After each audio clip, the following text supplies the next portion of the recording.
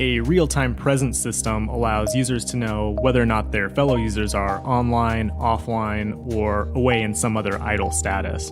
In this episode, we're going to use Slack as our inspiration to build a system that will show the status of users throughout the app. We're building a fully fledged system that will be able to detect whether or not a user is engaging with an app based on a timer, and also whether or not a user has closed the app and update the status on each of these events. At this point, I'm assuming you have a basic authentication system in place with Angular Fire 2. If not, I've added a link in the description that discusses that topic more extensively.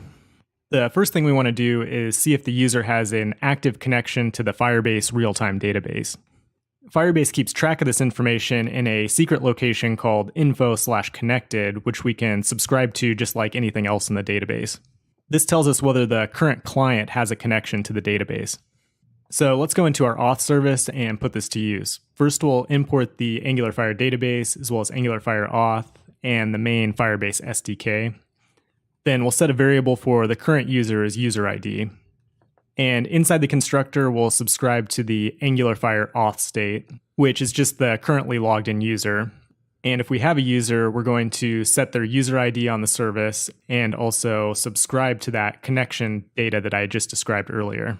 When we actually determine the current user's status, we'll save it as the status property under their user ID in the real-time database. We're going to update the status frequently, so we'll create a helper function that we can just pass the status as an argument, and that will update the database. So anytime we detect a status change, we can call this helper, and the database gets updated. From there, we can create another function that will subscribe to the info/connected data, which will just be a Boolean true or false. If it's true, we'll set the user status to online, and if it's false, we'll set it to offline. Then we call our helper function and subscribe, and we're all set. If we go to the app, we can see that when we log in, we have an active connection to Firebase, so we display the online status. This works okay when a user logs in, but if they close the window, it's not going to update the status to offline.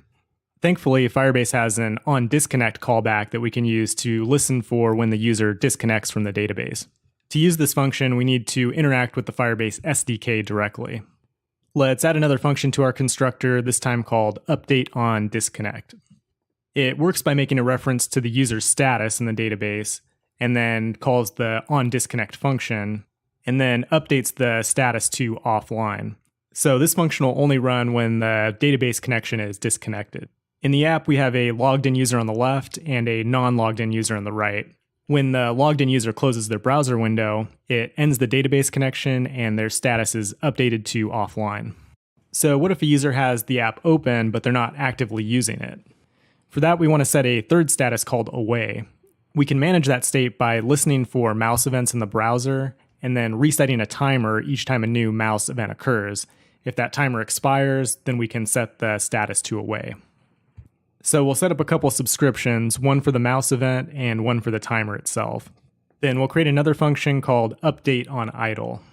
Inside this function, we create an observable that's listening to mouse events in the DOM. Mouse events happen frequently, so we want to throttle them to happen only every 2 seconds. If you imagine each circle representing a mouse event, they'll be grouped into chunks, and only the first one that occurred in that 2-second period will be emitted. When we get a mouse event, we can go ahead and update the status to online because we know the user's engaged.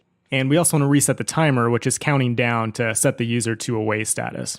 The timer itself is a subscription, so if there's one existing in the app, we want to unsubscribe from it. Then we create a new timer by calling observable.timer. This time we're setting it to 5,000 milliseconds. In real life, you probably want to set it a lot longer than that. Then when that timer runs out, it'll set the status to away. And on a final note, you probably want to end these subscriptions when you no longer need them. For example, if a user signs out, we'll go ahead and unsubscribe from the mouse events as well as the timer. If we go into the app and just let the mouse sit idle, we can see after 5 seconds, the status gets updated to away. If we go back into the app, it immediately updates back to online. If I click log out, then it'll update to offline. Now let's go ahead and build the actual component that the user sees on the front end. So here I have a list of users that I've pulled from the database, and I'm going to pass the user status to a child component called user status. We do this by using the input decorator from Angular. Inside the user status component TypeScript, we just import input and then declare a variable called status with that decorator.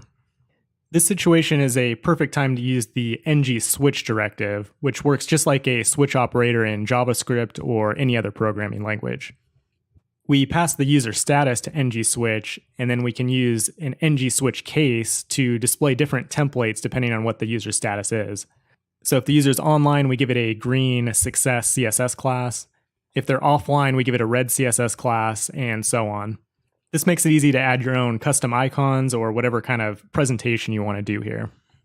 You can also add an ng-switch default, which will ensure that something displays if none of the statuses match what you have in the switch cases. That's it for building a user presence system with Angular 4 and Firebase. If this video helped you, please like and subscribe. And if you want access to exclusive content and one-on-one project consulting, consider becoming a pro member at angularfirebase.com. You'll get a free copy of my book, as well as access to our pro members channel on Slack. Thanks for watching, and I'll talk to you soon.